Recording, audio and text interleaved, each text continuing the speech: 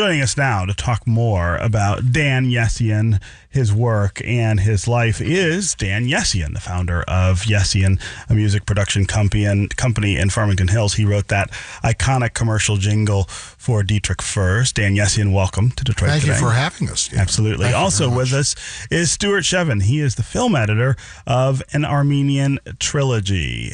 Stuart, welcome to Detroit Today. Thanks for having me. Yeah. So, Dan, before we start talking about this film, we would be crazy not to talk to you about the Dietrich Furs theme song. I grew up here in the 70s and 80s, and it is still the commercial jingle that stands out the most in my mind. I can't think of another product or brand that's more familiar to me, and it is because of that. It is because of that jingle. So kudos to you for having come up with it. Well, thank you. Of course, this has been playing for the last 30 or 35 years, right. And that certainly helps. This jingle, back in that time, I wish I had. We did that as a buyout because we really needed the money. And the best reason to do anything. Of course. So with that, if I had $1 for every time that it played, I'd be in good stead. But of course, through the years, we've done a lot, as you had said, for Coca-Cola, for Disney, so on and so forth. And both my sons now are running pretty much the day-to-day, Brian and Michael Yessian. And so with that, it's given me an opportunity to do something that I really wanted to do, which is to create this music for this Armenian genocide event that occurred in 1915, wherein 1.5 million Armenians were, decimated. And there were another 300,000 prior to 1915 that were also annihilated. I had done this music to the request of the priest in 2014, the priest of our church, Father Gadabed Kachakian, and he asked if I would do something to commemorate this event. So it was very daunting for me because you're doing Dietrich Furs and then you're doing Coca-Cola and you're doing all these other things, but to do something of this important significance, not to mention it's a classical genre that I was going after in order to interpret the feelings of a people back then. I divided the music into 3 movements: the freedom, the fear, and the faith. The freedom to designate a more, shall we say, peaceful era. Then the fear when the scourge took place and an Ottoman Turkish Empire had intended to destroy or cleanse the earth, not unlike Hitler did with the Jews. And then the third movement being the faith.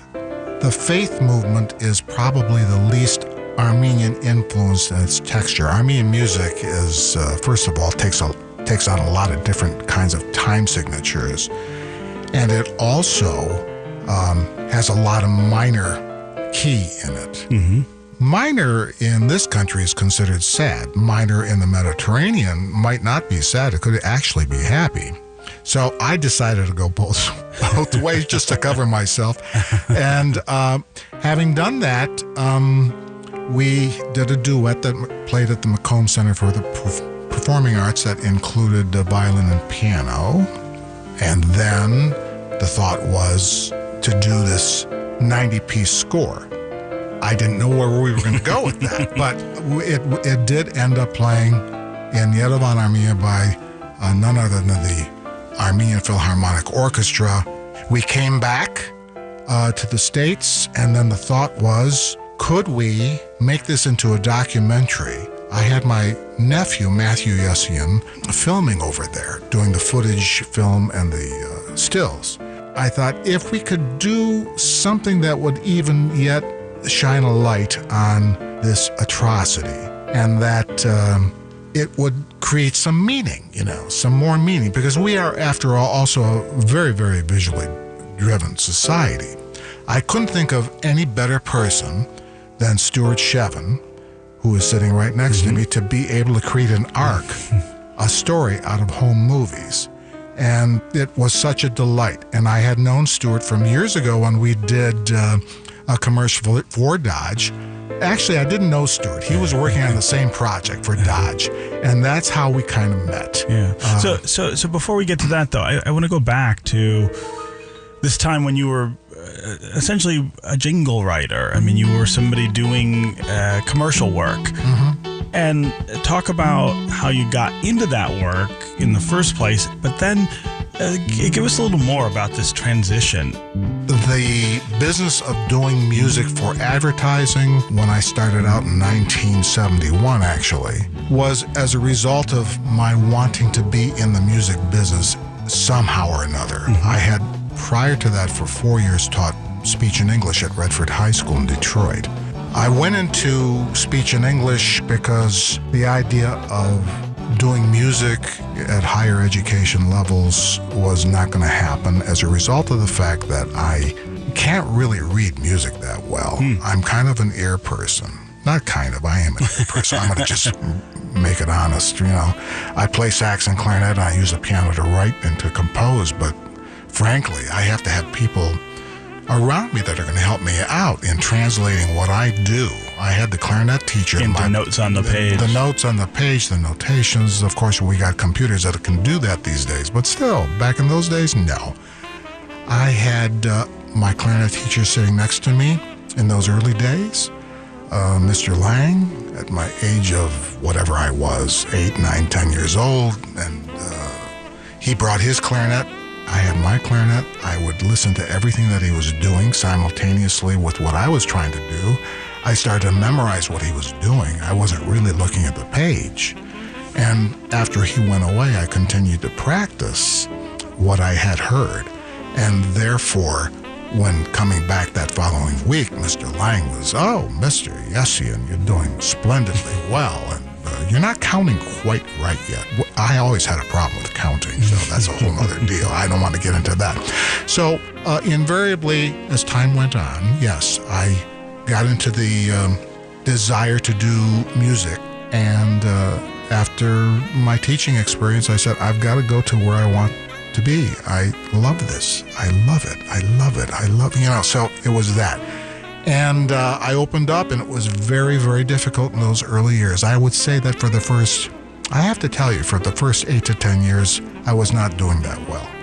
But with perseverance, I suppose, and I'm not here to preach, of course, but for myself, I didn't give up, and I had to do it. I was still going to do this one way or the other. I had some really great tutors from ad agencies, actually. Denise Sidlow, the late Denise Sidlow, who actually mentored me with all this stuff.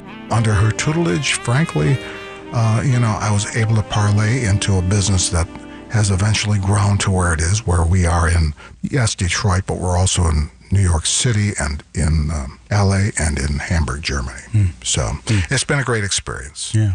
But this right now, at this time, for me, this is something that is so near and dear to me because it involves social injustice, not just for Armenians, but for a whole group of people. Our singer who sings the end credit song, Kenny Watson, who's African American, pulled me aside and he said, "Dan, why did you do this?" I said, "Because I wanted to bring about the feeling that you cannot mistreat other people, that you have to stick to an edict, do unto others as they do unto you." That is, we're not talking religion. We're just talking simple truth.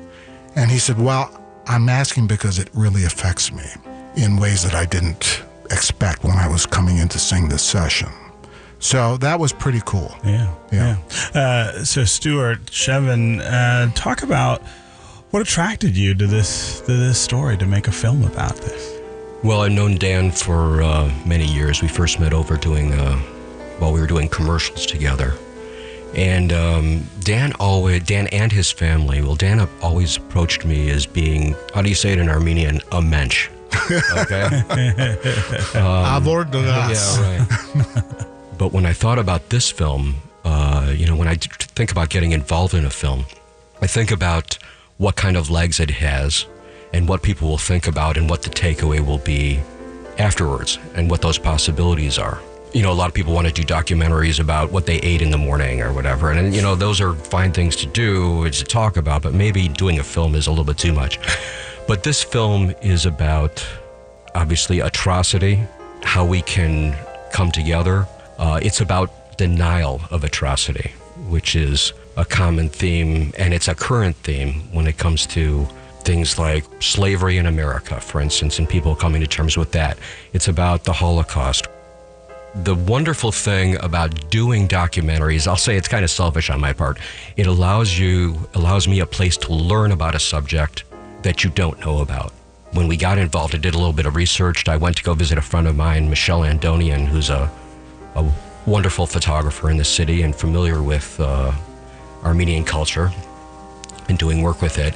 And she turned me onto some books.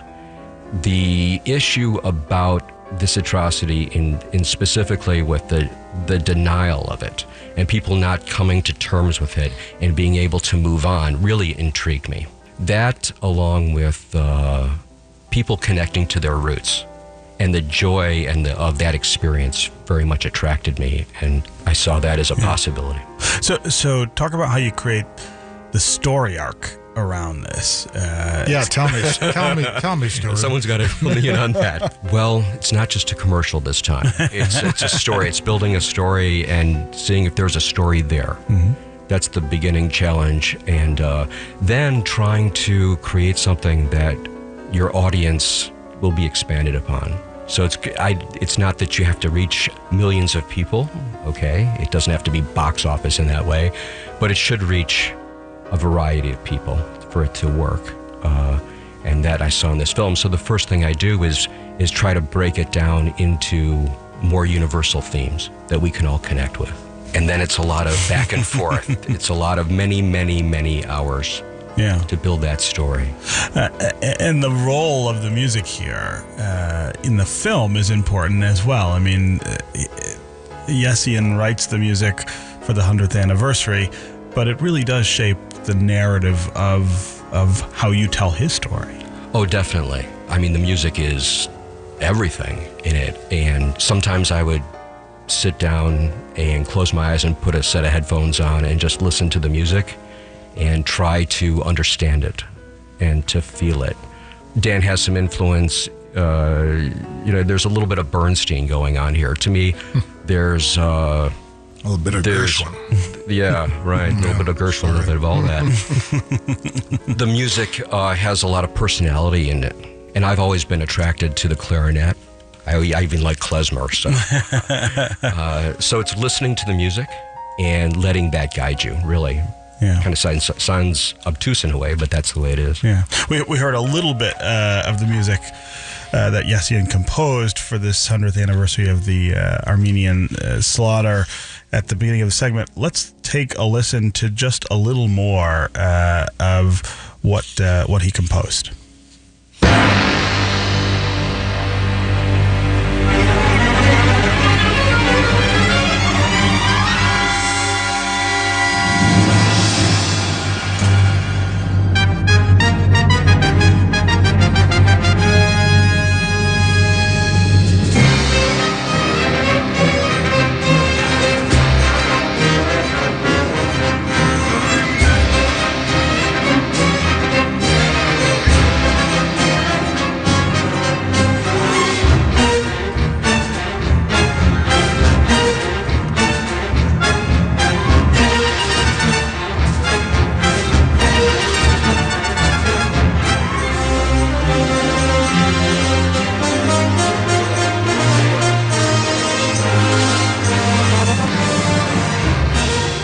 Music by Dan Yessian, written to commemorate the 100th anniversary of the Armenian slaughter.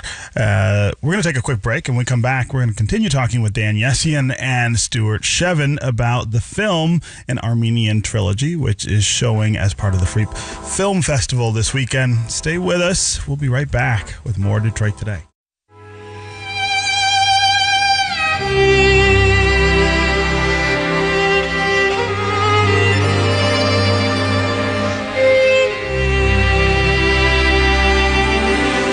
listening to Detroit Today on 101.9 WDET. I'm Stephen Henderson, and as always, thanks very much for tuning in.